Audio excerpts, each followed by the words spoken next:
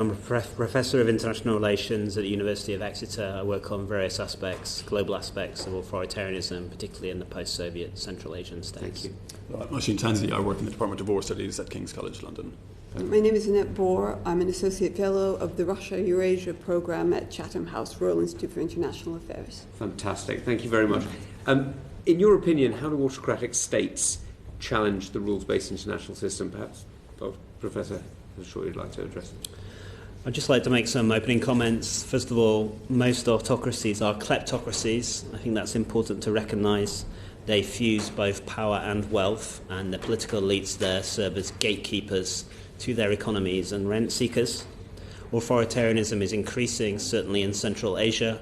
4 of the 5 Central Asian republics, by global rankings basis, are considered more authoritarian today than they were when they were republics of the Soviet Union. Authoritarianism is not confined to the Central Asian states or to any states themselves domestically.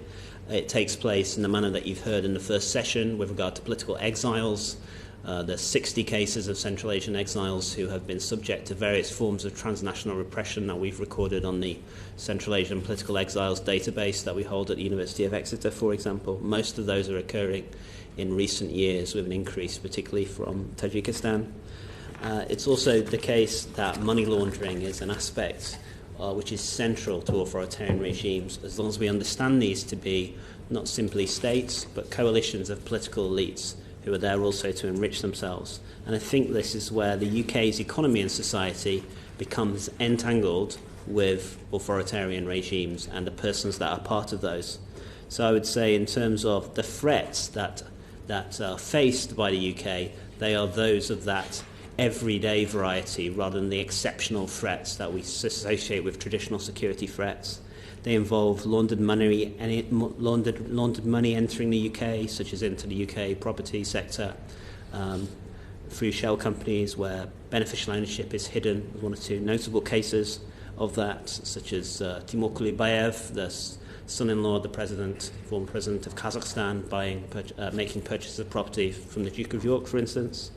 Autocratic elites inserting themselves in the UK through reputation laundering, through recruiting reputation management, and seeking to clean up their reputations.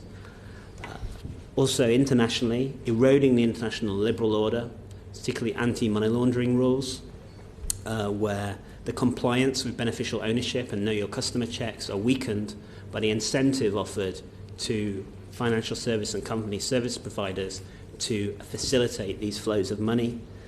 I think putting UK companies, who are subject, of course, to the Anti-Bribery Act, therefore at a comparative disadvantage, being unreliable security partners for the UK and for the Western states in terms of fighting against terrorism, and there's other things I could mention.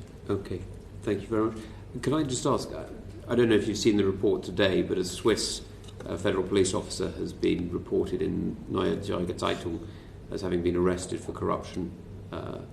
He was in charge of investigating Russian corruption in Switzerland, and he has been arrested for accepting bribes from Russia. Is this the sort of challenge to the international rules-based system that you would see as normal by autocracies? This time it happens to be Russia, but it could have been others. Dr. Oisin, would you? Or Dr. Bohr? Do you want to talk about that? Sure. Yeah, I think we've seen quite a few authoritarian countries engaging this kind of potentially politically motivated detention of. We've seen with the Chinese head of Interpol. We've seen China arresting Canadian diplomats in response. So I'm not suggesting that the Swiss government is politically motivated in arresting. I'm suggesting the Russian government is corrupting a Swiss police officer. Yes, I think that we've seen evidence of that as well with the recent case in which country where the government just collapsed. Austria. Yeah. Where we've seen the case where there is evidence that authoritarian countries are using money and using illicit flows of money to try and corrupt politicians and to reach out, have outreach programs, as was exposed as well in the Mueller report. And I think this is part of what is as you say, kind of a normalised campaign now of several powerful authoritarian countries that are using the resources that they have, the wealth that they have, to try and reach out and to secure compliant allies in democratic countries who are going to work on their behalf, who are going to further their interests, and to do that through the use of inducements and bribes in order to ensure that there are people working for them, directly or indirectly, or working towards their own interests in democratic countries. So that is certainly an aspect of which authoritarian countries are challenging the liberal or the prevailing rules-based international order. But there are also a number of other challenges that they pose in terms of breaching rules of sovereignty, in terms of what we've seen in China in the South China Sea, in terms of Russia's annexation of Crimea. We also see, as I mentioned, the initial example of politically motivated detentions in their own territories of sometimes Western officials and actors who are going about their business. So we see a range of different challenges to the rules-based international order. Chris, do you want to? Can I just ask about Interpol? Is Interpol, because it would seem to be part of the international rules-based order, but it seems to be systematically abused by autocracies. Is that a fair judgment, and what can we do to change that? Certainly the red notice system has been used politically by... Well, as I understand it, there's red notices and there's a diffusion notice, and there's a different amount of, theoretically at least, there's a different amount of work that Interpol does before it acts on one, but not a great deal. I mean, I could speak to that, and there was some reforms of Interpol that have begun to go through over the last 2 to 3 years. Certainly the red notice system, and you're right, there are diffusions where draft red notices or proposals can go onto databases and essentially be log-rolled across the police database systems across Interpol member states, and then they get acted upon regardless of whether the thorough checks has been done. So the reforms were supposed to ensure both that the checks would be done more thoroughly in advance, but we still see cases where, for example, registered refugees are being held up at airports, which they shouldn't be according to Interpol practices, but are because of the request of authoritarian states. The reforms are also supposed to facilitate refugees and individuals who've been incorrectly subject to red notices from to allow them to challenge that and get it removed more easily, because it was taking years for persons to have those red notices against them removed. So yeah, there has been a practice of abusing Interpol, and I think pressure on the Interpol as a secretariat to push through with those reforms is important. On this point, can I move on to another point? If we talk about the line of questioning in the last session with regard to what the UK can do with regard to these authoritarian regimes, and many of the responses tended to focus, in fact, the conversation gets bogged down in discussions of sanctions. And whatever the merits and demerits of sanctions might be, I think it's more productive and effective way forward to broaden the discussion and shift our focus on kleptocracy and the Western complicity in this phenomenon. And this is what John was mentioning. So to break this down into its most very basic elements, state leaders, generally from poorer countries, loot millions from their national treasuries and store it in rich countries as a rule. This money goes into assets that are protected by Western property laws, and that's a crucial point. So research has shown that US and UK shell companies actually are less likely to comply with the guidelines of the Intergovernmental Financial Action Task Force to determine company ownership, that's a very crucial point, than tax havens outside of the OECD. Now, in the days of the Soviet Union, there was this very clear hermetic divide. You didn't have Soviet companies listing on the London Stock Exchange. Now we have a situation where we're dealing with countries such as Russia that are deeply integrated into our financial system. And in the case of China, they're deeply integrated into everything. This is a completely different scenario. Up to 50% of Russian wealth is kept offshore. Now, if I discuss the country very briefly that is my own focus of research, which is Turkmenistan, one of the most repressive systems in the world, and in fact, the newest media rankings have put it below North Korea. It's now at the very bottom. I don't know how you can even go any lower, but it's quite a feat. They've managed it. And in Turkmenistan, Amount of export revenues, this has the world's fourth largest gas reserves. Amount of export revenues, much less the amount of these revenues that are diverted to off-budget resources, off-budget accounts, remain closely guarded secrets.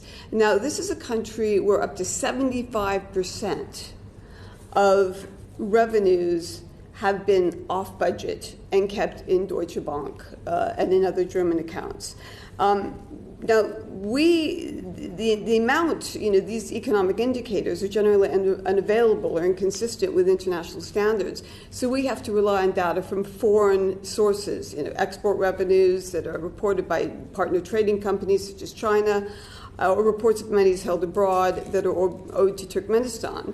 And in particular, we know that current data from the Bank for International Settlements indicates that just under 23 billion has accumulated in accounts in German banks that is owed to counterparties in Turkmenistan, although there's no information concerning the identity of the account holders. We could also usefully, but I won't do it, but we could also usefully talk about Uzbekistan. This is something that we should come to. But basically what we should be doing in a nutshell is making it harder for kleptocrats to launder proceeds in major financial centers, stashing billions of dollars in accounts and offshore vehicles abroad. How do we do this? We have to bolster the relatively new concept that host countries have a duty to block or seize illicit funds. We need to establish national beneficial ownership registries to create a searchable global registry of companies. We need to bear responsibility for ascertaining the true identity of purchases and the legality of the funds in the real estate market, so that reporting high-value sales of real estate, for example, should be mandatory rather than subject to self-regulation. Can I just very briefly, this is actually something that this committee has covered in a recent report on Moscow's gold. Do you think there's a particular role for the UK here? And I ask, as a Foreign Affairs Committee, we obviously oversee the work of the FCO. I do think so. And if I can give one example to show where the role is, Uzbekistan has been in the news since the death of the long-reigning dictator Islam Karimov. Mm-hmm. And the reforms are very impressive on the one hand. Indeed they are. But they have very much of a long way to go. And so in Uzbekistan, the mayor of Tashkent has engineered this whole new business empire where local businessmen are operating through opaque offshore vehicles from the UK and elsewhere, who do not have to declare beneficial owners. Now, one of these is Corso Solutions LP, registered in Edinburgh in May 2017. So here we have a situation where the mayor, very close to the president, has private interests in major luxury development projects that he's able to hide through the use of UK and other limited partnerships. We know this from research that has been done. And as the privatization process accelerates, the lack of oversight increases the risk that shadowy deals will continue to determine losers and winners under this new regime, even this regime, which is one of the few that have seen increases in democratization in the past year. Sorry, this is, and it's not because I know we're limited for time, but the point you raise is really important on the limited partnerships. Yeah. We'll obviously get a transcript of that, but if there's anything that you'd like to write to the committee for us to include on that particular point, it would be helpful. Mm-hmm. Thank you. Thanks, Chair. Ian. Thank you. It's probably a broad question, but then some specifics, if I may. Is it right for the UK government to try and influence the way that authoritarian states treat their own citizens? And if so, how effective are the kind of democracy-promoting programmes the FCO currently have, and what more should it be doing? I think that's a very good question. We shouldn't assume that we have the right to speak out about the citizens of other countries, but given that we live in a world with high levels of cooperation, where money is moving, and students are moving, and researchers are moving, and various other activists, then I think there is a set of global norms and standards that we can expect, and where the UK is acting, where UK higher education institutions, for example, are entering partnerships with institutions from authoritarian states, we must insist that academic freedom is upheld. So questions where, for example, this is an example close to home for us as academics, but where academics in authoritarian states who are entering into partnerships are at risk because of those partnerships, or are put at risk, or end up in prison, or those working with the UK government, British NGOs. I think specifically in those cases it's particularly important to speak out.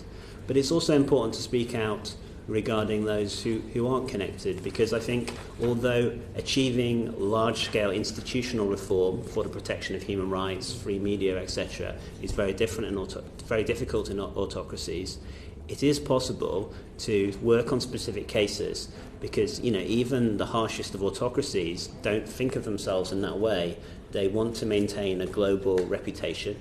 They want to be seen as one of the good guys, if you like, and so there is some value in speaking out directly on specific cases to expose and shame treatment where we see cases of torture, for example, and there are many cases where it's really in the UK's interests, I think, to do that, to ensure we have better ways to cooperate on security and business with such countries. I'd absolutely agree with that in terms of having a foreign policy that is not just interest-based but value-based, and that you call out significant repression when it exists, and that there is a role for trying to promote human rights, trying to promote democracy in settings where they are under threat and seriously under threat.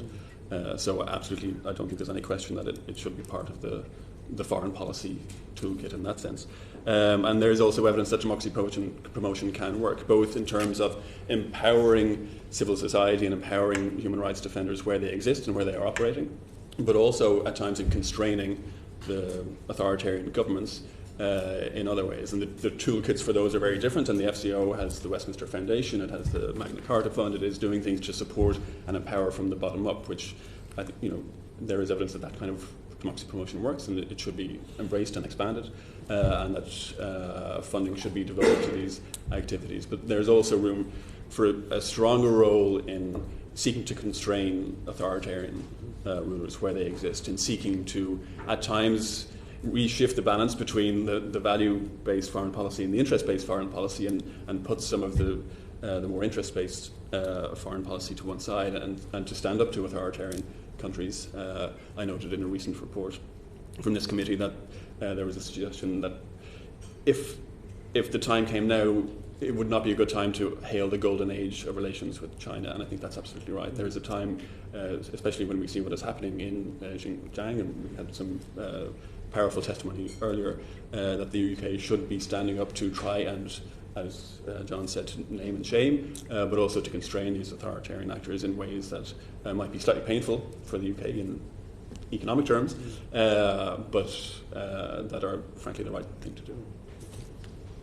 Well, I agree for the most part with my fellow panelists. There are a few caveats to be added. Most of the peoples in these post-Soviet countries tend to regard democracy as an empty ideological framework.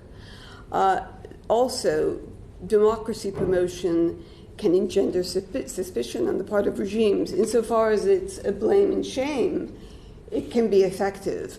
But I think we need to come to terms with the idea that in many of these countries, diplomatic, economic, and defense incentives that we have been very minimal. Moreover, in part owing to protracted wars in Afghanistan and Iraq, we've lost credibility in their eyes, and the promotion of democracy is often seen as a double standard. And also, I think it's a very important point to make that even in Russia, the complicity in kleptocracy that I had mentioned before, among someone like Navalny, who mentioned this when he was here, the Russian oppositionist, that we've lost credibility in terms of our soft power by virtue of our complicity in kleptocracy. Thank you. And we know that the networks that civil society groups provide are a good bulwark against the worst excesses of these autocracies. And what do you think, what would be your recommendations for the UK government in terms of any action that can be taken to promote civil society groups in, let's say, Russia or China, given that we've spoken about them both today? I think it's important to try and maintain a small space for civil society where political parties can't operate, for example. So we think of cases of autocracies where and the ones that you mentioned are good examples where there isn't real political competition of any kind, but there are some NGOs and social movements who have space, and sometimes they're able, for example, to engage locally with local authorities or do things like speak above the heads of a local figure to a regional figure who may step in on their behalf. So that's a kind of micro politics and a sort of small fragment of where the overall command and control of an authoritarian regime breaks down. So I do think that's important, and that's partly about UK aid. It's partly about the things we were just mentioning, where a journalist or a civil society activist is detained speaking out on behalf of that person, particularly if they've been a previous beneficiary of DFID or other UK funding. So I think choosing those examples selectively and appropriately and acting to sort of kind of keep that space for civil society groups, which can be very small. But one thing we've seen, I think, in Central Asia is where over the last 10 to 15 years, really, those states, largely Western but not exclusively, that have supported democracy, where they've stepped back and indicated that they no longer are as interested in supporting that opposition party or that NGO or that issue area, the government will come in and close those things down, and that space will disappear. So there's certainly a role there for maintaining. Obviously, groups like the British Council, yeah. And the budget for the British Council has been cut back quite a lot. I mean, do you think there's a role for that, and the BBC World Service and so on? Our soft power is everything. Given the lack of leverage that I just pointed to earlier, we must keep human rights on the forefront, absolutely, and this works, as John mentioned, in terms of the blame and shame. But in terms of actual leverage, it's really our soft power. It's working with these people to promote people-to-people linkages, joint educational and cultural projects. That's where we have the upper hand. So embassies, for example, facilitating the issuance of visas and scholarships for specialists, particularly in the fields of public health and education, who are intending to study and train here. Also, I think there's a role here for reaching out to the diaspora, which in a way the committee has done today, because sometimes engaging directly and visibly with these civil society groups can be quite risky for them, and certainly in Russia and China, recent laws have restricted the scope for foreign funding of NGO activities. So there is a risk that, either it's become more logistically difficult, but can also put people potentially in danger. But if there is outreach and engagement with the diaspora community, that can then, through kind of a process of diffusion, and they have connections back home, that can signal that there is a supportive environment here, and that can have a knock-on effect domestically. If I may add very briefly on the question of international academic cooperation, because I noticed Mr. Tugendhat, the chair's correspondence with Janet Beer, the head of Universities UK, and in her response, for many UK academics, I think it would be in some ways dissatisfying, the notion that, as she put it, I think you need to sensitively balance academic freedom and international academic collaboration. We don't balance these things. The balance metaphor doesn't work here. Academic freedom is an absolute value, and it's a condition of the collaborations that we engage in. And I think in terms of the standards we use to assess things like research collaboration through the Global Challenges Research Fund, or the protection of students and staff from autocracies on the UK campuses, and just the transparency and accountability about funding from those autocracies or political elites from those autocracies. These are just absolute standards which must be retained rather than balanced. Very glad to hear you say that. Can I just jump straight onto that and ask, how then do you view when a university is often threatened with the withdrawal of either students or funding for a programme, and that funding or those students are then sent to another university? Would it not be better if the universities concerned would agree that should that threat be made, nobody would accept those students and nobody would accept that funding? Because effectively all that the newly accepting university is doing is enabling an autocratic regime to exert leverage over a UK or indeed other academic institution. Yeah, I see no reason why that could not be done nationally if university bodies such as Universities UK sought to share that information between themselves to ensure that does not occur. And we know where this is occurring. It would be perhaps occurring through some of the main state scholarship and funding programs from autocracies. I could name them now. And where there is that threat, then there should be sort of collaboration. But universities typically operate in this respect as highly market-based actors, feeling they're competing over a scarce resource. And I agree that should. Have you seen the letter written by the University of California, Berkeley? University of California, which has various campuses, but I think it was drafted by somebody in Berkeley on exactly this point. Because I think if that letter were to act as a template for universities in the United Kingdom, that would be enormously strengthening. And if that letter were also to act as a template for, let's say, Commonwealth universities broadly, so Australia, Canada, New Zealand, the United States and us, loose definition of Commonwealth, but you see what I mean, that would also prevent those whose legitimacy often domestically is on their ability to get their children into prestigious universities around the world, being unable to do so. Absolutely. And therefore devalue them at home. Yeah, I mean, just in the same principle that if we're speaking out about a person who's detained or dissident, we may do it with fellow states in the European Union and the United States and act collaboratively. Yeah. In this area, it's most effective to do that. I would agree. Royston, you wanted to? Can I talk about technology? I mean, we'll hear lots of things about how technology is used to control society and autocracies. What experience or information have you got that you can share with us about how these regimes do that, using technology to control society? There's a range of strategies that they can use in terms of simply monitoring using CCTV technology. China is now heading towards, I think, 200 or 300 million CCTV cameras.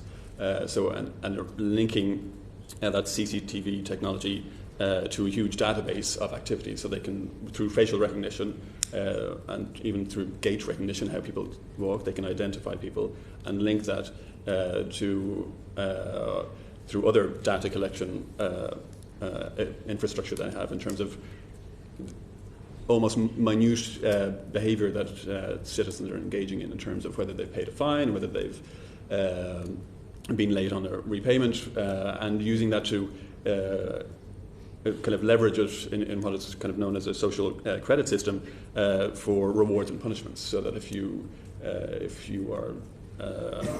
do not pay your fine, you cannot take out a loan, or you cannot travel, or you cannot buy a train ticket, and such things. So and where this is being pioneered the most is in Xinjiang, that we've talked about, where Uyghurs are now required to carry an ID card and they have to use it to buy basic products. And what is happening is that there is a mass database of citizens and multiple types of behaviour that they engage in, which leads to a broad profile then of each individual, and that can be used to punish them, to harass them, intimidate them, and generally that kind of oppressive surveillance. The technology is facilitating a very oppressive surveillance state, and that Xinjiang is kind of the real epitome of that at the moment. Despite an unprecedented economic crisis in Turkmenistan, it's using its export revenues to purchase technology from China in particular, very sophisticated technology, to monitor even keystrokes on computers of selected citizens. And VPNs the use of VPNs is now prosecuted very intensely in Turkmenistan, for example, and this is one of the reasons why it's fallen to last place in the media rankings. I just want. I was very briefly in Chile in the 1980s under Pinochet, and I remember I was taking part in a church service which was celebrating the death of a young boy who'd had petrol poured over him and had been set fire to. My immediate instinct would have been, if anything had happened to anybody in the demonstration, you'd have gotten an ambulance and you'd have expected to be treated. But I remember everybody I was working with, you can't trust the ambulance service, you can't trust the doctors, you can't trust anybody. You can only go with and because they're part of the regime. Now, I have no idea whether that was right or wrong, and I was then thrown out of the country. But my question is, how much self-editing does a regime manage to force on people? Do you see what I mean? I mean, Do you of course, understand the question I'm making? It varies from regime to regime, obviously, so it depends which one you're referring to. But self-censorship and generally following the statements of the president, of the autocrat, particularly if it's a personalist regime, is very much the name of the game. You go according to his statements. But so then the health service itself might not be a free agent, or doctors might feel... Not at all. And, you know, it's important to recognise that autocracy isn't a crude sort of sense of the sort of totalitarian state necessarily. It works in more subtle ways. It's about controlling space. Where do people feel able to go? It's about controlling public discourse. What do people feel able to say? And they're self-censoring and they're acting themselves to do these things less. To give an example, in Tajikistan, we know that the family members of political oppositionists who were arrested were withheld medical treatment just in the manner. Right. And then some more that maybe weren't directly withheld it, but they felt they shouldn't go to access it because they were no longer entitled to it, because the control of the elite of the state system and the way it withholds certain rights from people, even if you yourself are merely maybe a child or a family member of someone who's being targeted, because that's how you exercise power. You do so by threat, the use of force, the threat of force against the family members. We heard earlier, sadly, of how those themselves who have escaped feel that threat still to their family members back home. Yeah. And it will be about health, it will be about employment opportunities, study opportunities, and their very liberty. Housing. Yes, housing, absolutely. And the whole kind of, to take an example from a movie, but The Lives of Others, which I think is generally reckoned to be a pretty accurate presentation of what it was like in the former East Germany. That model of listening to everything, controlling everything, everybody reporting on everybody, informing on their neighbours and friends and all the rest of it, that is still a reality in a significant number of countries in the world. I think, yeah. But in a modern version, as it were. I think it's difficult for us to look at these countries as a monolith. The variation is so very great. But although the challenge of technology now means that you don't have the distortion of the informant, you can just listen directly. So actually we're testing a form of totalitarianism through technology that has never been tried before. I think that element of technology and that sort of the sense of globalisation of that also means that it's not just in authoritarian states. So we know anecdotally, and there's also some evidence of this, for example, to return to the university example, that populations of students from autocracies face surveillance among their group. So within a cohort of students that are funded, there will be those that are directly reporting to the security services. So that's not then a free, open environment. And we do anecdotally universities hear of cases of individuals who then are called back home, having... So, sorry, just to be clear, you're meaning that, for instance, a group of, say, 50 Chinese students at St Andrews University, and 2 or 3 or 4 or 5 of them may be induced to provide information about others and what they're saying, and then exactly. Those other people end up being summoned back to China. Absolutely. But it also works the other way. Technology is creating small crevices in the censorship wall and increasing the possibilities for coordinating collective protests. So technology also has its uses in these autocratic regimes. It is interesting that the autocracies that formerly needed to get huge amounts of buy-in, the Lives of Others example there, where the Stasi needed, probably didn't need 1 in 10 of these general population, but it needed a large number of informants to maintain control. That level of control through technology can now be done through a much smaller number of informants and much more accurately on the grounds that the gossip is direct rather than filtered through various whispers.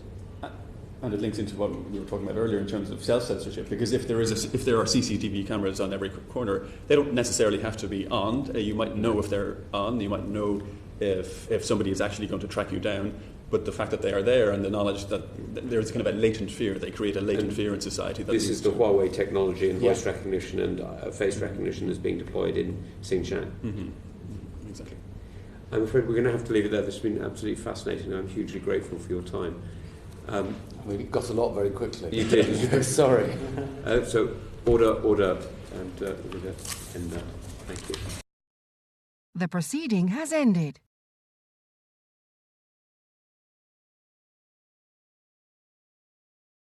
The proceeding has ended.